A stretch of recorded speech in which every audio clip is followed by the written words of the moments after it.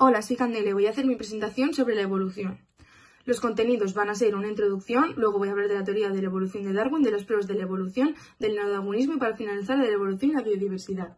Como introducción, vamos a decir que a lo largo de la historia se han desarrollado muchas teorías para explicar el origen y la transformación de las especies. Primero predominó el fijismo y con el avance de la ciencia y del registro fósil surgieron nuevas ideas como el creacionismo, el catastrofismo y las teorías evolucionistas que fueron desarrolladas por científicos como Darwin, Lamarck o Gault y contradecían el fijismo y el creacionismo.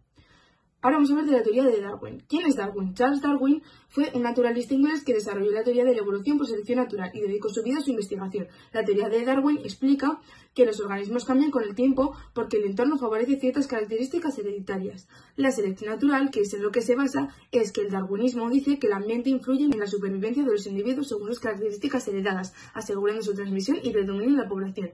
Y para Darwin, si una especie tenía algunas diferencias entre sí, era totalmente al azar.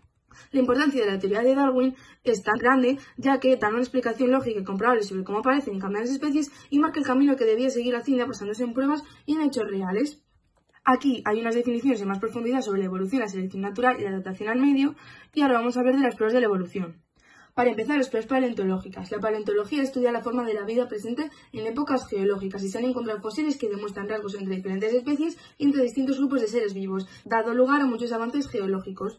Como ejemplo, podemos usar el fósil Archaeopteryx descubierto en Alemania que muestra características entre los dinosaurios y las aves modernas y demuestra la transición entre dos grandes grupos de seres vivos. Las pruebas biogeográficas dicen que es normal encontrar especies que se parecen entre sí y que viven en lugares cercanos o con condiciones similares. Y como ejemplo podemos usar que en cada isla de los archipiélagos hay diferentes tipos de pinzones con diferentes formas de pico adaptados a su hábitat. Y aunque provienen de un ancestro común, la adaptación de distintos entornos hicieron que evolucionaran de manera diferente. Para hablar de la anatomía comparada, podemos decir que es el estudio de similitudes y diferencias en las estructuras de diferentes especies. Pueden ser homologías o analogías. Como ejemplo podemos poner la similitud entre la estructura ósea de un brazo humano, una ala de un murciélago, una aleta de ballena y una pata de caballo, que aunque realizan funciones diferentes tienen una estructura muy similar.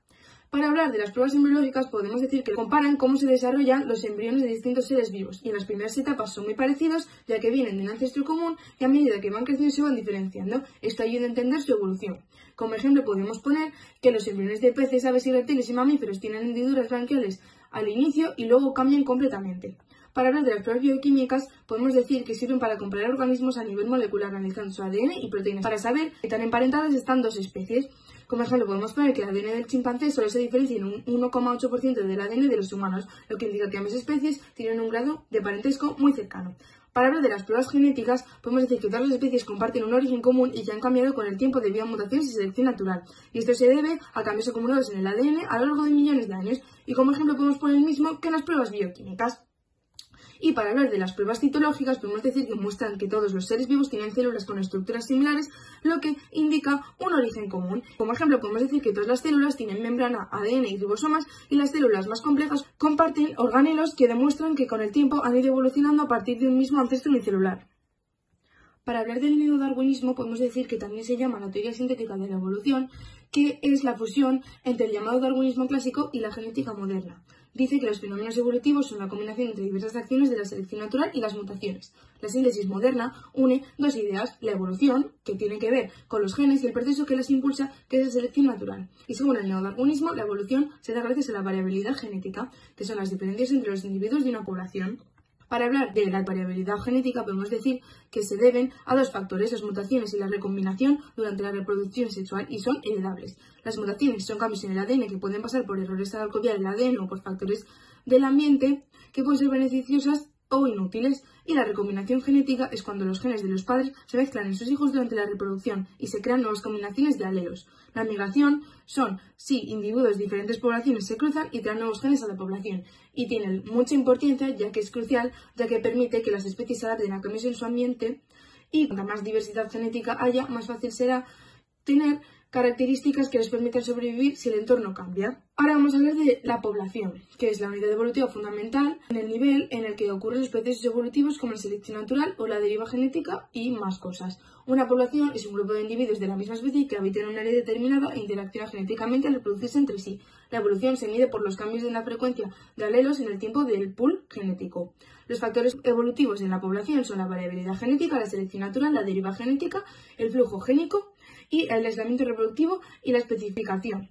El análisis de poblaciones permite entender cómo los procesos evolutivos actúan a nivel microevolutivo y por eso es tan importante. Por último, vamos a hablar de la evolución y la diversidad, y vamos a empezar por la especiación. La especiación es el proceso por el que se generan más especies a partir de una especie inicial, y algunas de las diferencias que se pueden generar es en las estructuras corporales. Los endemismos de la especiación ocurren cuando una especie evoluciona de un área geográfica restringida y no se encuentra en ningún otro sitio. Esto suele derivar de procesos de aislamiento, y hay diferentes tipos de especiación.